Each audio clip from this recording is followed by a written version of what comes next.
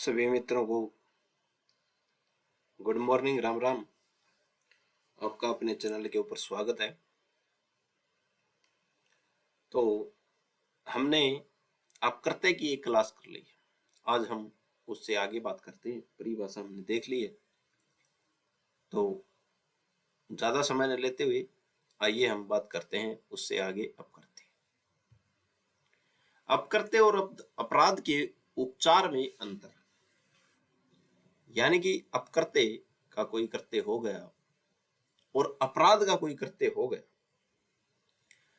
तो उसका उपचार कैसे होगा, उसका समाधान कैसे होगा, इसके बारे में अंतर बताया गया है। ये अंतर क्या है, आइए शुरू करते हैं। तो अपकृत्य क्या करता है, ठीक है, देखते हैं।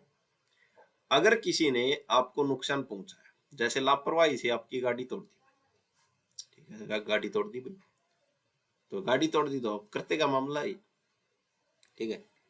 तो उसे आपको पैसे देकर नुकसान की भरपाई करनी पड़ेगी, ठीक है। तो वो व्यक्ति, अगर आपकी गाड़ी तोड़ी है तो वो व्यक्ति आपको पैसे देकर आपकी नुकसान की भरपाई करेगा। इसे कहते हैं प्रतिकर। कई बार प्रश्न आ जाता है, प्रतिकर क्या होता है। प्रतिकर, तो प्रतिकर नुकसान के बदले में उस नुकसान की भरपाई करना, वो है प्रतिकर। अपकृत्य में प्रतिकर जो है वो क्या है, अपकृत्य का अगर कृत्य हुआ है तो उसका उपचार क्या है, प्रतिकर है, ठीक है। यहां मकसद है जिसका नुकसान हुआ है उसका नुकसान पूरा करना। तो अपकृत्य में क्या मकसद है, जिसका नुकसान हुआ उसका नुकसान पूरा करना, ठीक है। अब बात आ जाती है अपराध में। अगर अपराध कर दिया तो उसका उपचार क्या होगा, तो ठीक है, अपराध में सीधा क्या सजा है। अगर कोई ऐसा काम करता है, कैसा काम, अपराध का काम, जो कानून के खिलाफ है, जैसे चोरी, मारपीट, तो उसे सजा दंड दी जाती है, ठीक है। तो उसे क्या दिया जाएगा, दंड दिया जाएगा। समाज सजा क्यों दी जाती है, समाज की रक्षा के लिए, अपराधी को दोबारा अपराध करने से रोकने के लिए, दूसरों को डराने निवारण के लिए, ठीक है। सजा के रूप, सजा में जुर्माना भी हो सकता है, सजा में जेल भी हो सकती है, ठीक है। खास बात के ऊपर धारा 357, ठीक है। धारा 357 जो दंड प्रक्रिया संहिता 1973 की है, अब बीएनएस में यही धारा 395 है। आमतौर पर पैसा दिलाना दीवानी अदालत का काम होता है, लेकिन दंड प्रक्रिया संहिता 1973 की धारा 357, बीएनएस की धारा 395 के तहत आपराधिक अदालत भी कह सकती है कि जुर्माने में से कुछ पैसा पीड़ित को दिया जाए, ठीक है। वैसे तो पैसे दिलाना दीवानी अदालत का काम है,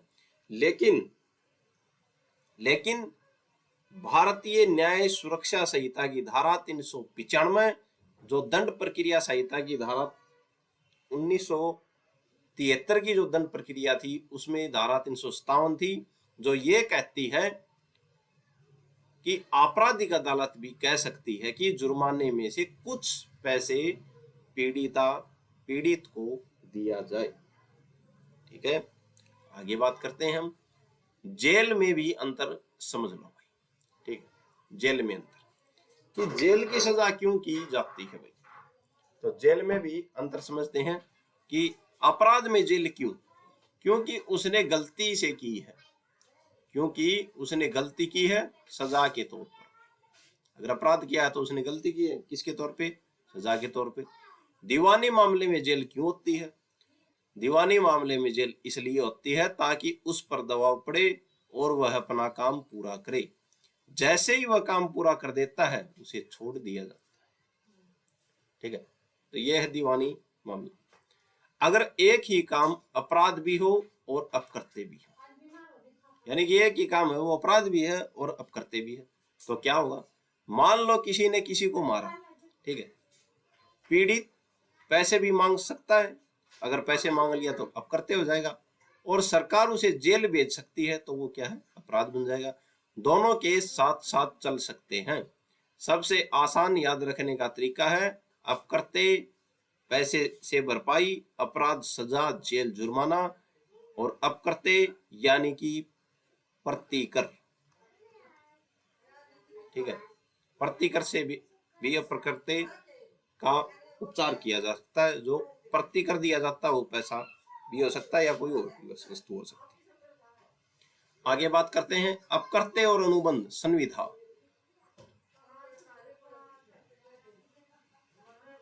अपकर्ते और अनुबंध उपलब्ध में अंतर। ठीक है, यानी कि अपकर्ते और अनुबंध का उल्लंघन होता है तो उसमें क्या अंतर है, कर्तव्य कहां से आता है, कर्तव्य कहां से आता है।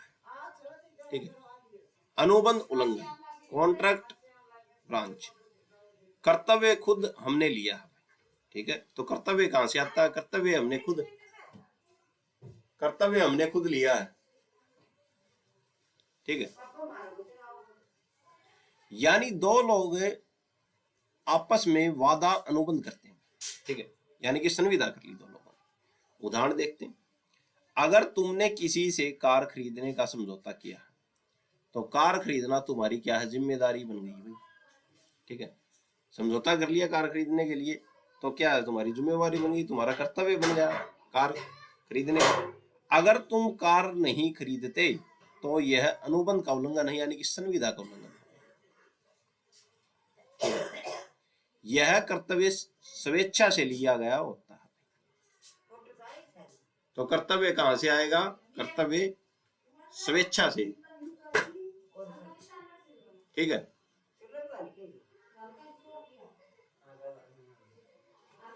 कर्तव्य कहां से, स्वेच्छा से लिया गया होता है। ठीक है, आगे बात करते हैं कर्तव्य कहां से आएगा, स्वेच्छा से, क्योंकि कार खरीदने का समझौता किया था, खुद ने किया था। ठीक है, कर्तव्य खुद हमने लिया है।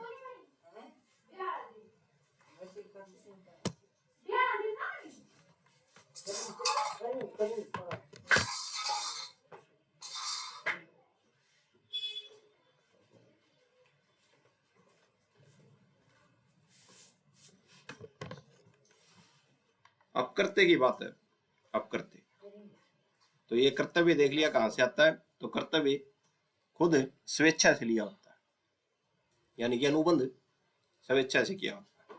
अब बात है अपकर्ते की। यहाँ कर्तव्य कानून बनाता है, हमने खुद नहीं लिया। जैसे किसी की मानहानि,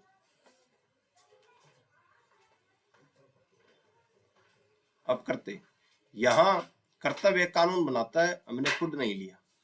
जैसे किसी की मानहानि न करना भाई। ठीक है, लापरवाही से किसी को नुकसान न पहुंचाना। ठीक है, अगर हम किसी की मानहानि करते हैं तो क्या है, वो कानूनी उल्लंघन है। तो अपकर्ते में कर्तव्य कहां से आता है, कानून से। अगर लापरवाही से किसी को नुकसान पहुंचाया गया तो वो भी क्या है, कर्तव्य कहां से आया, कानून से। ये जिम्मेदारी हमने साइन करके नहीं ली है, बल्कि कानून ने सब पर लगाई है।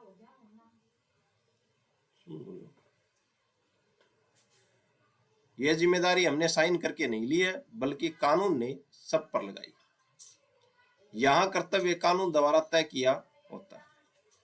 ठीक है, अगर हम किसी की मानहानि करेंगे तो अपकर्ते का मामला होगा, लापरवाही से किसी को नुकसान पहुंचाएंगे तो अपकर्ते का मामला होगा। तो ये कानून में पहले से क्या है, तय किया हुआ मामला है, हमने साइन करके नहीं किया।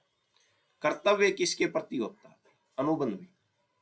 ठीक है, तो कर्तव्य किसके प्रति होता है, पहले अनुबंध की बात करते हैं। संविदा में किसके प्रति होता है, संविदा। कर्तव्य सिर्फ उस व्यक्ति के प्रति होता है जिससे अनुबंध किया जाता है। संविदा, संविदा में जिससे हम संविदा करते हैं तो उसके प्रति होता है। ठीक है, अगर ए और बी के बीच अनुबंध है, ए की जिम्मेदारी सिर्फ बी के प्रति है। ठीक है, यानी कि ए और बी का है अनुबंध है, ए और बी ने संविदा की है, तो ए की जिम्मेदारी किसके प्रति है, बी के प्रति, और बी की जिम्मेदारी सिर्फ ए के प्रति है। इसलिए नियम है अनुबंध में अपरिचित व्यक्ति मुकदमा नहीं कर सकता। ठीक है, तो अनुबंध में अपरिचित व्यक्ति जिसका परिचित ही नहीं है, ठीक है, यानी कि ए बी की जिम्मेदारी है और मुकदमा करता सी, तो सी मुकदमा ही नहीं कर सकता। ठीक है, आगे बात करते हैं। तो संविदा में मुकदमा वही करता है जिसके साथ संविदा हुई। अब कर्तव्य में, कर्तव्य पूरे समाज दुनिया के प्रति होता है, लेकिन मुकदमा वही व्यक्ति करेगा जिसे वास्तव में नुकसान हुआ। ठीक है, उदाहरण देखते हैं। एक केस है डोनोग्यू बनाम स्टीवेंसन का मामला है भाई। डोनोग्यू बनाम स्टीवेंसन का मामला है। एक महिला ने जिंजर बियर पी, तो जिंजर बियर ली थी एक महिला ने, बोतल के अंदर मरा हुआ क्या निकला, घेंगा था भाई। ठीक है, लेकिन जिंजर बियर थी वो महिला ने पी ली और बोतल के अंदर क्या था, मरा हुआ घोगा था, घेंगा था। ठीक है, वह बीमार हो गई। ठीक है, महिला क्या हो गई, बीमार हो गई। ठीक है, महिला का उस कंपनी से कोई अनुबंध नहीं था, फिर भी उसने केस किया। क्यों? क्योंकि निर्माता का कर्तव्य था कि वह हर संभावित उपभोक्ता के लिए सुरक्षित सामान बनाए। ठीक है, तो एक महिला ने जिंजर बियर ली थी, तो क्या हुआ, उसमें मरा हुआ क्या था, घोंगा था, घेंगा था। तो वो महिला पीने के बाद क्या हो गई, बीमार हो गई। तो महिला ने क्या किया, महिला कंपनी के साथ कोई अनुबंध नहीं था, लेकिन महिला ने फिर भी क्या किया, उस पर केस किया। क्यों किया केस? क्योंकि निर्माता का कर्तव्य था कि वह हर संभावित उपभोक्ता के लिए सुरक्षित सामान बनाए। यह अपकृत्य लापरवाही का मामला था भाई, यह अनुबंध का मामला नहीं था। ठीक है, यानी कि संविदा कॉन्ट्रैक्ट का मामला नहीं था, ये कैसा मामला था, अपकृत्य का मामला। आगे बात करते हैं। आगे वही केस है। ठीक है, तो ये जो केस था डोनोग्यू बनाम स्टीवेंसन का मामला, इस केस में जजों ने क्या कहा, जो चीज बनाता है यानी कि निर्माता है, उसका कर्तव्य है कि वह यह ध्यान रखे कि उसकी बनाई चीज से किसी को नुकसान न हो। ये बात जजों ने कही थी इस मामले में। लॉर्ड मैकमिलन ने कहा, निर्माता उन सभी लोगों के प्रति जिम्मेदार है जो उनकी बनाई चीज का उपयोग करेंगे। ठीक है, यानी कि निर्माता सभी के प्रति जिम्मेदार है जो उनकी बनाई हुई चीज का उपयोग करेंगे। ठीक है, मतलब अगर कोई खाने पीने की चीज बनाता है तो उसे हर संभावित ग्राहक का ध्यान रखना होगा। ठीक है, चाहे उनके बीच सीधा अनुबंध हो या न हो, ये अपकृत्य का मामला हो जाएगा। आगे बात करते हैं, संविदा भंग और अपकृत्य में पैसे का फर्क। संविदा भंग हो जाती है और अपकृत्य में पैसे का फर्क, दोनों में पैसा देना पड़ता है, लेकिन फर्क ये है, संविदा भंग में पहले से तय किया जा सकता है कि अगर अनुबंध टूटा तो कितना पैसा देना होगा। यानी कि संविदा में पहले से ही तय हो जाता है, अगर अनुबंध टूट जाता है तो कितना पैसा देना होगा। इसे कहते हैं परिनिर्धारित रकम, पहले से तय। ठीक है, तो परिनिर्धारित क्या है, संविदा में ये पहले से ही अनुबंध किया जाता है कि अगर अनुबंध टूटा तो कितना पैसा देना पड़ेगा, क्या प्रतिकर देना पड़ेगा। ठीक है, तो रकम पहले से तय हो जाती है। जैसे कॉन्ट्रैक्ट में लिख दिया तोड़ने पर 50,000 रुपये जुर्माना होगा, तो अगर टूट जाता है तो 50,000 जुर्माना होगा। अपकृत्य में क्या है, अपकृत्य में पहले से निर्धारित नहीं है प्रतिकर। ठीक है, वो कोर्ट खुद तय करेगा कितना प्रतिकर दिया जाएगा। यहाँ पहले से तय नहीं किया जा सकता कि कितना नुकसान होगा भाई। ठीक है, कोर्ट खुद तय करेगी कितना पैसा देना है, इसे कहते हैं अनिर्धारित प्रतिकर। तो ये परिनिर्धारित प्रतिकर और ये है अनिर्धारित प्रतिकर। ठीक है, आइए आगे देखते हैं। अप्रत्यय और आवास प्रश्न विधा में अंतर। ठीक है, तो पहले समझो आवास प्रश्न विधा क्या है भाई।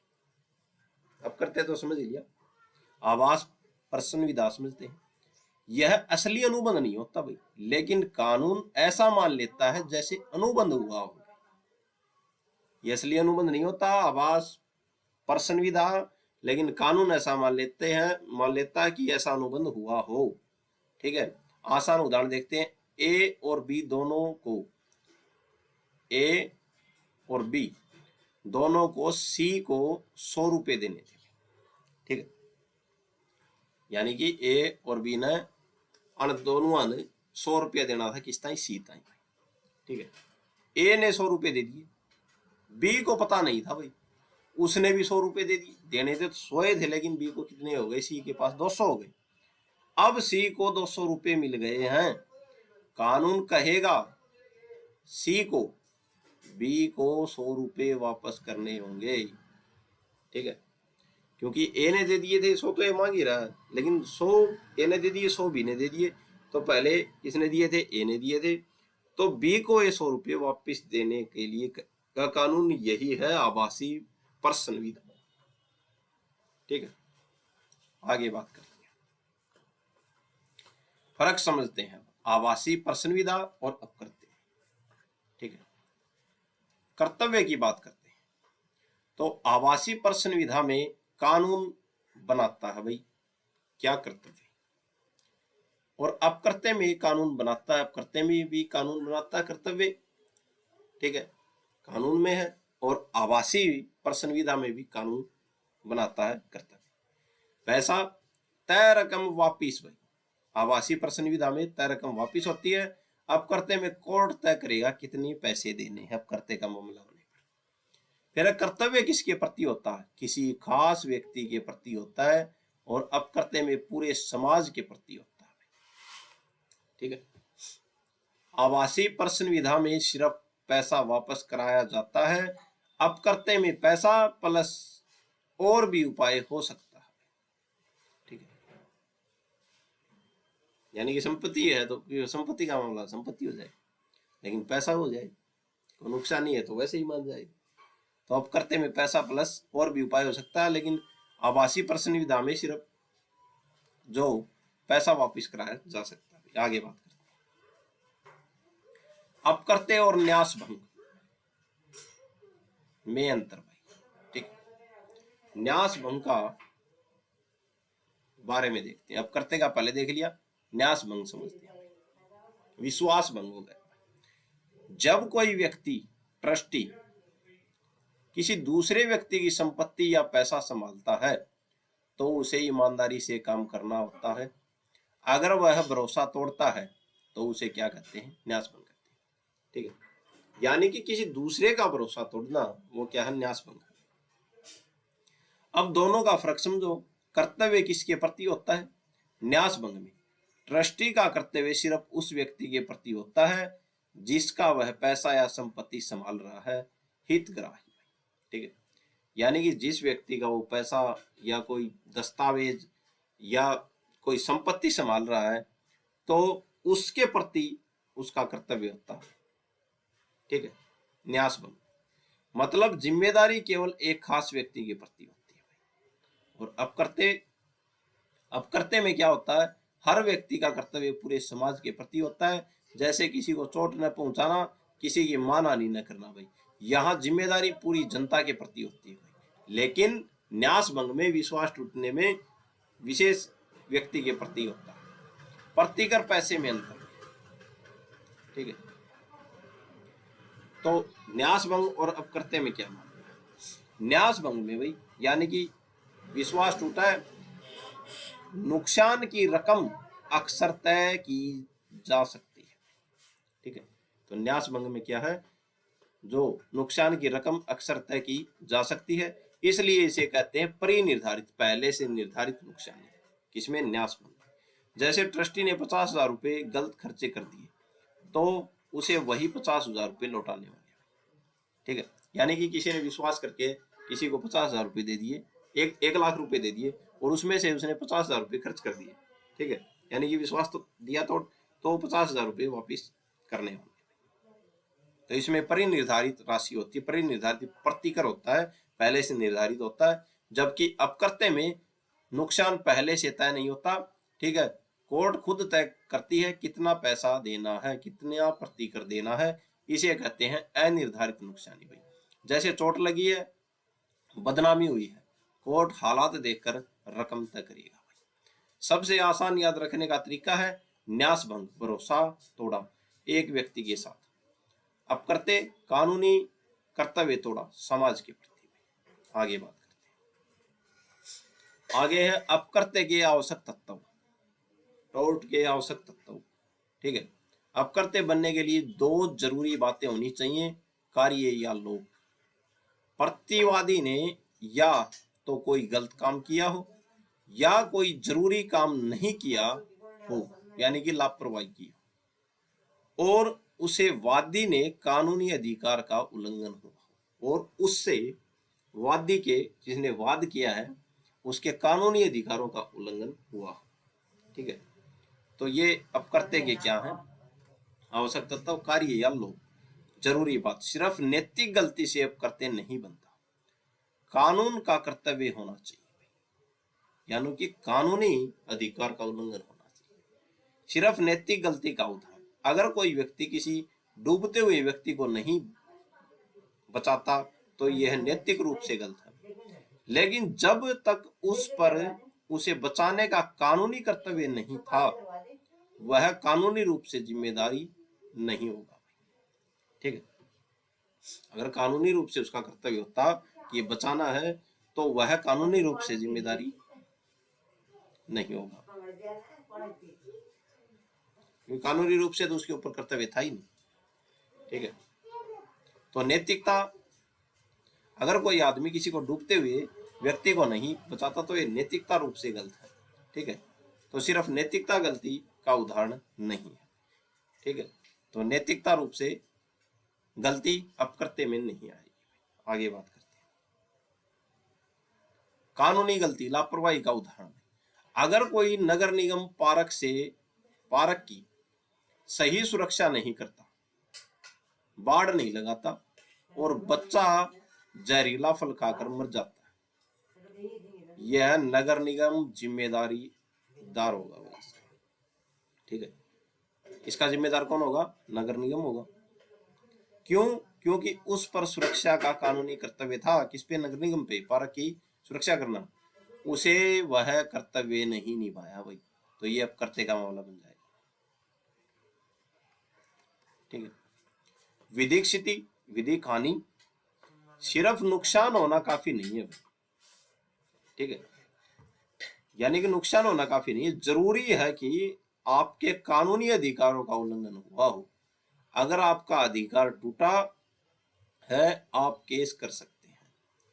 अगर सिर्फ नुकसान हुआ है लेकिन अधिकार नहीं टूटा, केस नहीं बनेगा। ठीक है, यानी कि विधिक स्थिति का होना जरूरी है इसमें। ऐसे मान लो कोई स्कूल है और उस स्कूल के सामने एक और स्कूल खुल गया, तो उस स्कूल के बच्चे उस स्कूल में जाने लग गए, तो इसमें विधिक अधिकार नहीं हुआ लेकिन हानि हुई है। ठीक है, क्योंकि बच्चे टूट के गए हैं, तो ये अपकर्त्य का मामला नहीं बनेगा। अगर विधिक स्थिति विधिक हानि होती, यानी कि अधिकारों का उल्लंघन होता, तो अपकर्त्य का मामला बन जाता। अधिकार अगर टूटा तो आप केस कर सकते हैं। अगर सिर्फ नुकसान हुआ है लेकिन अधिकार नहीं टूटा है, तो केस नहीं बनेगा।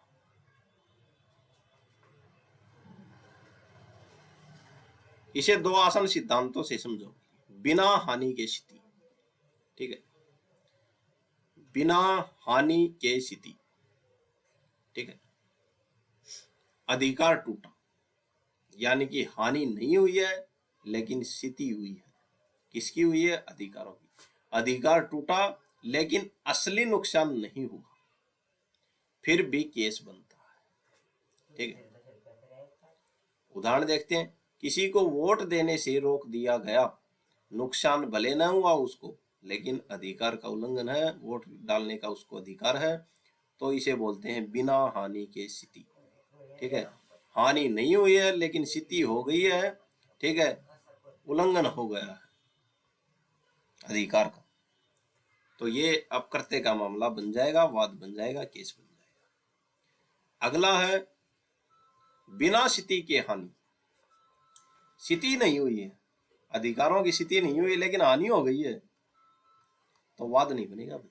नुकसान हुआ है लेकिन कोई कानूनी अधिकार नहीं टूटा, तो केस नहीं बनेगा। सबसे आसान याद रखने का तरीका, अपकर्ते बनाने के लिए चाहिए गलत काम या लापरवाही, कानूनी अधिकार का उल्लंघन। अगर दोनों है तो अपकर्ते बनेगा। गलत काम या कानून या लापरवाही हो, कानूनी अधिकारों का उल्लंघन हो, तो अपकर्ते का मामला बन जाएगा। इसमें क्या है, इसमें हानि हुई है लेकिन क्या है, बिना स्थिति की हानि, ठीक है। तो नुकसान हुआ है लेकिन क्या नहीं हुआ है, अधिकार नहीं टूटा, ठीक है। वो स्कूल वाला मामला मैंने बता ही दिया था, तो इसको बोलते हैं बिना स्थिति की हानि। और ये ऊपर वाला मामला कौन था, बिना हानि के स्थिति, ठीक है। बिना हानि के स्थिति, यानी कि स्थिति हो गई है और हानि नहीं हुई है।